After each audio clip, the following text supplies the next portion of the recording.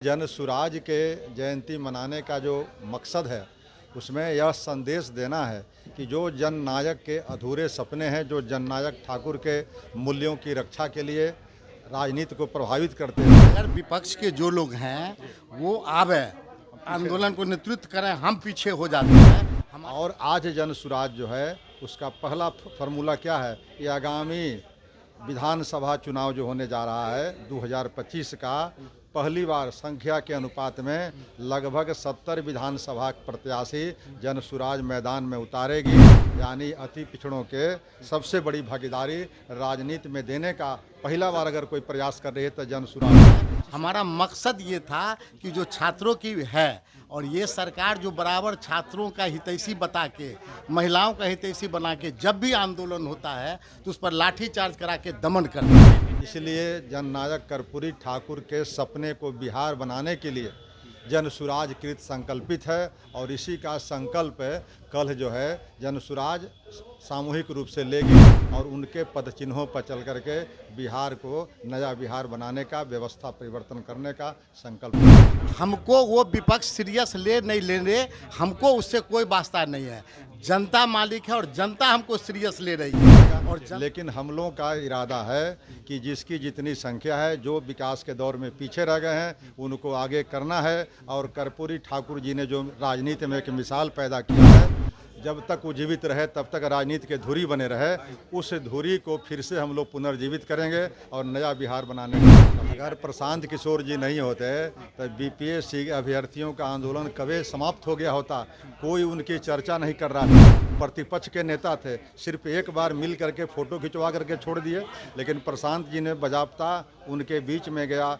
उस समय जो मारे गए थे सोनू यादव जी, मैंने सुसाइड कर लिए थे, उनके यहाँ हम लोग 7 आदमियों की कमेटी गई, सरकार पर दबाव बनाए हुए हैं। और पहली बार देखने को मिल रहा है कि सत्ता और विपक्ष दोनों जन सुराज को निशाना बना रहा है। मतलब विपक्ष अपनी भूमिका कहीं निर्वहन नहीं कर रही। नमस्कार, आप स्टॉक देख रहे हैं, आपका स्वागत शेखर। अभी हम जनसुराज के कार्यालय में है और यहाँ पे अभी तैयारियां चल रही हैं 101वीं जननायक कर्पूरी ठाकुर की जयंती को लेकर, जो तमाम पार्टियां अपनी अपनी तैयारियां कर रही है और जनसुराज भी इसको लेकर तैयार है। मतलब क्या कुछ कार्यक्रम होने वाला है?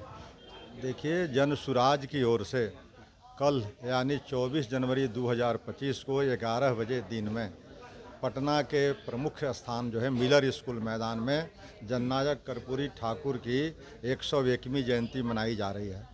जननायक कर्पूरी ठाकुर की जयंती पहले भी मनाते रहे हैं कई दलों के लोग और कई सामाजिक संगठनों के लोग, लेकिन जन सुराज के जयंती मनाने का जो मकसद है उसमें यह संदेश देना है कि जो जननायक के अधूरे सपने हैं, जो जननायक ठाकुर के मूल्यों की रक्षा के लिए राजनीति को प्रभावित करते थे, उस राजनीति की आज जो है अवमूल्यन हुआ है।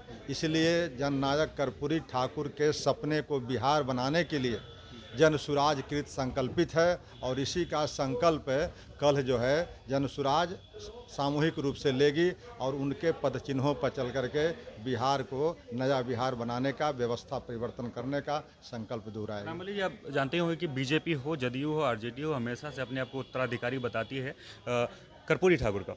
लेकिन आप भी अब उसी रास्ते पर चल रहे हैं। क्या आप अपने आप को उत्तराधिकारी बता रहे हैं कि हम भी जननायक कर्पूरी ठाकुर के उत्तराधिकारी हैं? देखिए, अगर आरजेडी या जेडीयू पिछले सत्ता में 35 वर्षों से 34 वर्षों से हैं तो उनका तो मूल्यांकन बिहार के लोगों ने कर लिया कि जननायक कर्पूरी ठाकुर के रास्ते पर चल रहे थे या उससे इतर चल रहे थे। अगर उनके रास्ते पर चलते तो फिर इनको इतनी हाय तौबा मचाने की ज़रूरत नहीं थी।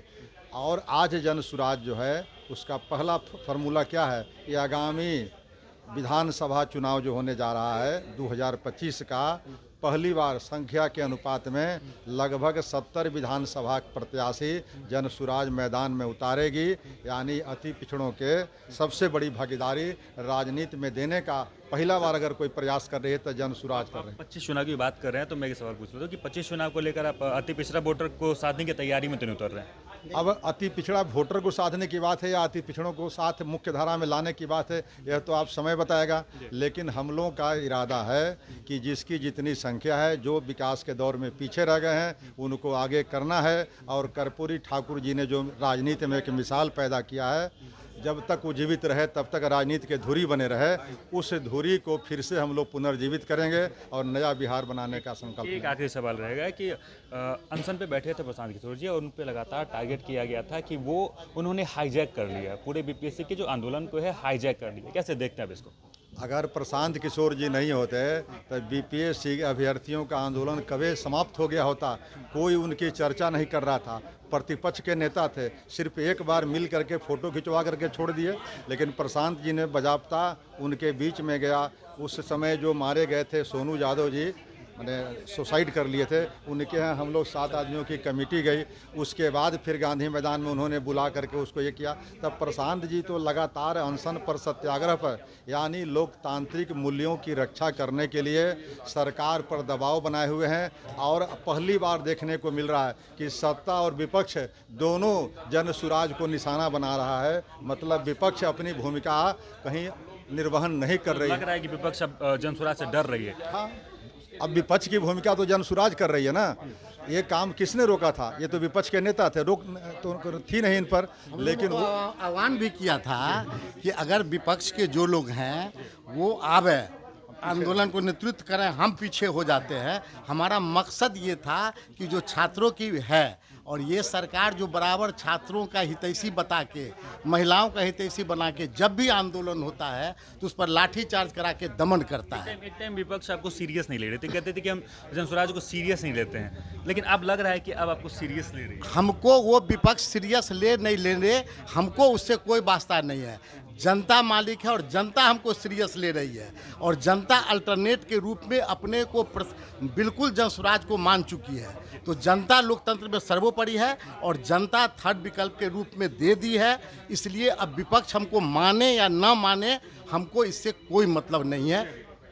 तो जननायक कर्पूरी ठाकुर की 101वीं जयंती को लेकर जनसुराज भी अपनी तैयारियां कर रही है। और आपको हम बता दें कि कल मिलर हाई स्कूल में एक फंक्शन का आयोजन किया गया है। लेकिन तमाम ये जो पॉलिटिकल पार्टियां हैं अपने आप को उत्तराधिकारी बताती है वो जननायक कर्पूरी ठाकुर का। अब किस तरीके की वोटर साधने की तैयारी कर रही है और जनसुराज, उसका आगे पता चलेगा। 2025 के चुनाव की तैयारियाँ जोरों पर है। बाकी हमको लगातार अपडेट दे रहे हैं, देते रहेंगे। आप देखते रहें सच टॉक्स।